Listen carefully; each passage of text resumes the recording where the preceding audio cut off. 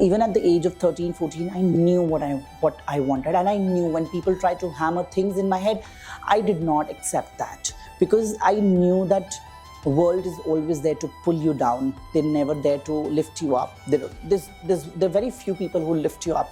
So it's majority of people who would always pull you down and play authority on your life.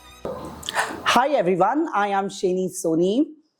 Well, I've been working over a decade as a celebrity and a fashion stylist, and currently I'm serving as India's president for International Association of Working Women. And currently I've received Karamveer Chakra Award for my social work. And apart from that, I think my interest in pageantry is something that makes me interesting as a person, because I think I have followed pageants for a very long time and have been part of a lot of pageants around the country, and it gives me immense, I think, happiness, and so much of, my blood rushes too fast when I get into something that really excites me, and that is pageantry, because I think it is very important when you pass on the knowledge that you have and you prepare candidates, and when you see girls performing, it's like, you live your dreams through others. And I think that is something that has made me always loved this industry, pageant industry. And fortunately this year I was one of the finalists at Miss Universe India, and apparently one of the first trans women to be a part of Miss Universe India, which in itself was a historic moment, and I'm extremely grateful for that opportunity. Okay, Shaine, tell me, what was the most difficult part of embracing your womanhood, and how did that experience shape the person you are today? Well, when you call this word woman, I think then that in itself is very challenging. As much as it is a blessing, it also is, when you talk about the society, it also is a lot of pressure that a woman deals with. And with me, the pressure was double. So for me, being a trans woman, there's always this challenge of, there's a bar that people set for you to achieve your womanhood. Like, whatever you do in life, it's always a shortage of, you being a woman. So I think that has been the biggest challenge. And I feel that it's not just me, it is even, every woman who goes through it, that, okay, if you're a wonderful daughter, you yet to be a wonderful wife, and you're yet to be a wonderful mother, or you're yet to be a wonderful, daughter-in-law. So there's a lot of pressure, and this constant pressure is something that has been carrying on for years, and this has been attached to this word womanhood. And I think for me, it has always been that, there are challenges which comes with me being not born as a woman, but achieving to be a woman, where you talk about physical challenge, you talk about mental challenge, you talk about, your behavioral challenge. So there's a lot of things that comes in way. But I think when you look at the positive side of it, I always see it as, a challenge that makes you a better version of yourself. And I always take it like that. Okay, Shaine, tell me, can you walk us through the emotional challenges you faced while coming to terms with your identity, and how you found peace within yourself? So I think the biggest emotional challenge was first to accept myself. The world comes later for me. Always it has been the second part. Not even the second part. I would say the world here, I refer to my parents, my family. The outer world really didn't matter to me ever. So the biggest problem was firstly to understand and embrace who I am as an identity. And secondly, for me, I think it was very important for me to understand that what I want out of my life, and how I see myself while growing up. Do I see myself in a certain space, or how to fix myself in that space was my challenge. And I think the biggest emotional turmoil that a person goes through is when you have to do everything on your own, when you do not get support from your parents, your family, your friends, and it is very difficult to seek help also, because you yourself are getting into a path which is dark, which you are not aware of. And when you eventually get there, you kind of create a path for the others to follow. So for me also it was similar, a journey where I kind of I was trying to explore what exactly it is being me, and also it was a challenge to tell my parents and my family and my friends about it. So I could only give them a lesson on it when I had learned it myself. So I think that was one of the biggest challenges. Your hardship seems so big, and I think you can be an example for so many women out there. My next question to you is, how did you handle moments of doubt or fear when society tried to define who you should be? Well, there are a lot of moments when you doubt yourself and when you have a lot of notions about your own identity or about your own being. And I think the biggest way of biggest way of handling that kind of a situation is when you actually sit with yourself, try and analyze, try and put yourself in a situation and different circumstances, like a hypothetical situations, and understand what exactly you seek out of life. There are a lot of setbacks, and it is not only with me. I think every one of us goes through so many setbacks in life, and I think the biggest way of handling setbacks is to restart and refresh. Like just how sometimes you get your phone gets hanged or your computer screen gets hanged. So it is similar way that you look at your life and you see that, okay, I need to reboot. So when you reboot, you sit back and analyze. And when you analyze, there are a lot of pros and cons that you can definitely work on. And this is how sometimes you have to take your life a little technical, because that's how probably the society is now designed. And also, there's a very important thing that I always say, and I always preach. And I say preach, very strong word, because I definitely preach because it needed to be preached, because that you do not surrender yourself to anyone, not to the societal pressure. You should always see yourself as somebody who's born to break barriers, who's a change maker. And that is how I saw myself. I never thought that I am born to fit in a system or a society or a pattern. I wanted to challenge it always, because I felt that it's us as humans who limit ourselves. It is not the society, it is not the people who limit us, it is us. So I never wanted to have that limitations on me. I wanted to lift all the boundaries on, and I wanted to just explore myself as a human being, as a person. How did becoming a Miss Universe India finalist change the way you see yourself, both as a person and as a woman? Oh, wow. That's a very interesting question. I think it is a question that I always would want to answer, because since now I have been a part of Miss Universe India, it gives me immense pleasure, because it is as simple as that there's a dream that you always wanted to live. And as a little girl, I saw that I want to be a Miss India. And for me, unfortunately, that was not valid at that point, because for the world, I was a little boy, not a little girl. I was a little girl for myself, within myself.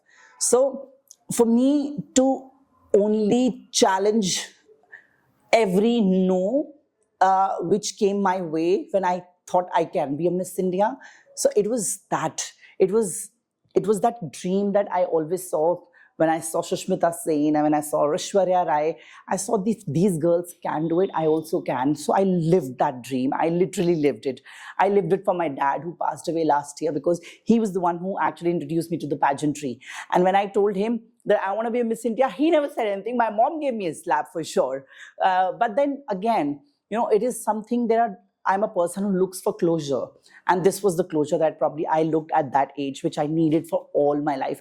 Trust me, had I not participated in a Miss Universe India ever, it would have left an open end in my life. But yes, as a Miss Universe India contestant, I think it was, what a beautiful journey. And there was so much that I got to learn. And I literally understood how important it is to embrace yourself as a woman, as somebody who brings a story on table, who understands a life, who actually shows people a different side of a life.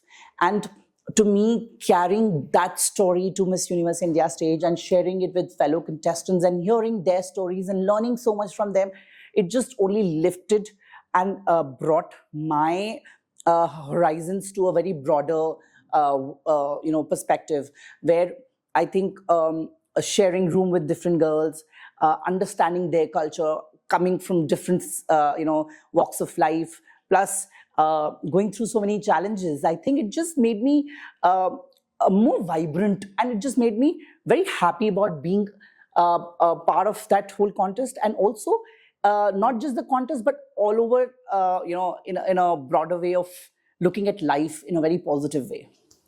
That seems like a wonderful lifetime experience, Shaine. What emotions ran through you when you heard that your life story would be featured in a Viacom 18 documentary? So I think being on a big screen is always a dream for a lot of people, and I think there are very few people who get a chance to actually document their life. And I think I'm too grateful to Lord, and with the life experiences that I've had, that I got an opportunity to get my life documented by one of the biggest production houses in the country, which is Viacom 18. They approached me about 3.5 years ago, and they wanted to document my journey of pageantry, where I went to represent India internationally, plus about my entire transition. And honestly, I felt that it was much needed, because how a trans woman is shown to the society is very different from what real trans women are all about. And this is what I tried to showcase in the documentary also, that by being just me, myself, and my authentic self, I think I try to be only me, where I've always lived my life unapologetically, and I've never played a victim. And not that I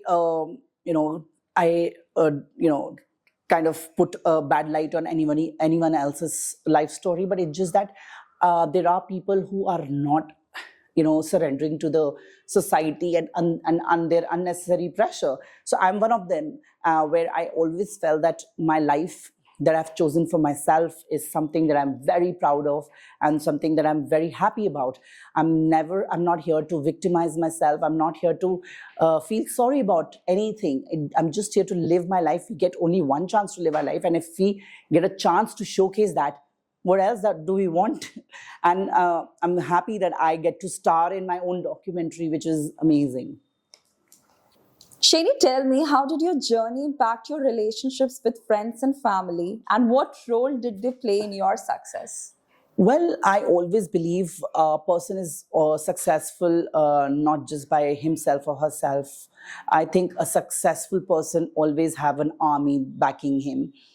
Even when people say that I'm a one-man army or a one-woman army, I always feel that's something that I don't resonate with. I always feel there's support, this constant support of your friends, your family, your loved ones, who keep motivating you, who keep encouraging you to always do better in life. They become a huge part. Now they play a huge part in your success. And I feel with myself, of course, there was initial problems with the family, but then eventually, when they try to understand things, they try to be with me whenever I needed them. And I've been blessed with some really great friends. One of them was is my best friend, who's been with me from third standard. I think it's an amalgamation of, I think, the right kind of people who bring right energy in your life and push you towards your success and glory. And I think it is very important to have them with you. Okay, let's start with the next question. Shaine, tell me, what has been the most valuable moment you have shared with your audience, and how did sharing it make you feel? Well, there have been a lot of valuable moments. As much I am, introvert, I'm also extrovert. So I call myself ambivert. So I think one of the most valuable thing that I would say I would have shared, which you all will witness when my docu-series will release, is when I actually underwent my transition. I think being so vulnerable and in that state of just attaining what you always dreamt of is something that I'm putting on a platter and showing the entire audience out. I think there could not be anything more beautiful than that. And I think when it takes immense amount of courage and strength to put out your vulnerability to the world. Being strong, being courageous is okay. But when you are silently being strong and courageous, that is when I think you are an achiever. And I think I've achieved it gloriously. Perfect. She's like a Sigma female. Looking back, what would you say to the younger Shaine who was struggling to find acceptance and love for herself? Okay, if I meet my younger self, let's say, when I was probably 14, 15, see, the one thing that I really liked about myself always, that I never surrendered to anyone. Even at the age of 13, 14, I knew what I wanted. And I knew when people tried to hammer things in my head, I did not accept that, because I knew that world is always there to pull you down. They're never there to lift you up. There are very few people who lift you up. So it's majority of people who would always pull you down and play authority on your life. So I always had this very strong belief that I do not want to surrender to them. And if I actually would meet my younger self, I would always tell that person that just be what you are and just keep doing, believe in yourself, because there were times when I had self-doubts at a young age. There were times when I thought that, would this journey be okay? Would I be able to survive? Would I be able to take up the challenges that I've thought for myself? Or would I be able to be successful in what I am thinking of? And there were definitely doubts. There were definitely moments where I felt that, okay, I would not be able to do it. So I would tell that person, I would tell my younger self, no, you have it in you. Keep going, keep moving, keep, the strength that you have. Keep being courageous. The world is out there to bend in front of you. You are going to be a star for sure. How do you maintain your sense of authenticity in an industry that often demands conformity, and what keeps you grounded? I think the sense of authenticity actually comes from a self-belief. I think when you are very sure of what you are in life, when you're sure of what you want in life, when your head is clear in what you're seeking of your future, I think you become your authentic self. When you're actually not putting up a mask and going out, because you have nothing to lose. When you see, the biggest thing is, you have to understand it in a way where people actually they don't be themselves, or they lose their authenticity, is because they have a fear. They have a fear of losing. They have a fear of rejection. They have fear of, not accepted. So when you lift those fears off your shoulder, you actually be your authentic self. And that has always been my funda, that I'm not going to fear anything in my life. What may come in my life, I'll always be facing it with courage and with strength, because I think life has never been smooth. It has never been a cakewalk for anyone. We've all have had our challenges. For you, your challenges might be very different. For me, my challenges are very different. But what is something that you need to do is lift those fears off your shoulder and just hold yourself and be yourself the way you are and keep going ahead. Because understand, there's only you who's you. There's no second, there's no replacement, there's no substitute. Understand your strengths, believe in yourself. And we have this uniqueness in ourselves, each one of us. We are beautiful people, every one of it. See, I never see anybody in a very negative zone. I always see a glass half full of water rather than half empty. So this optimistic approach is always, it tells me that everyone has a unique self. It's just the matter of discovering it. When you discover your unique self, you embrace it, you be authentic, the most authentic person.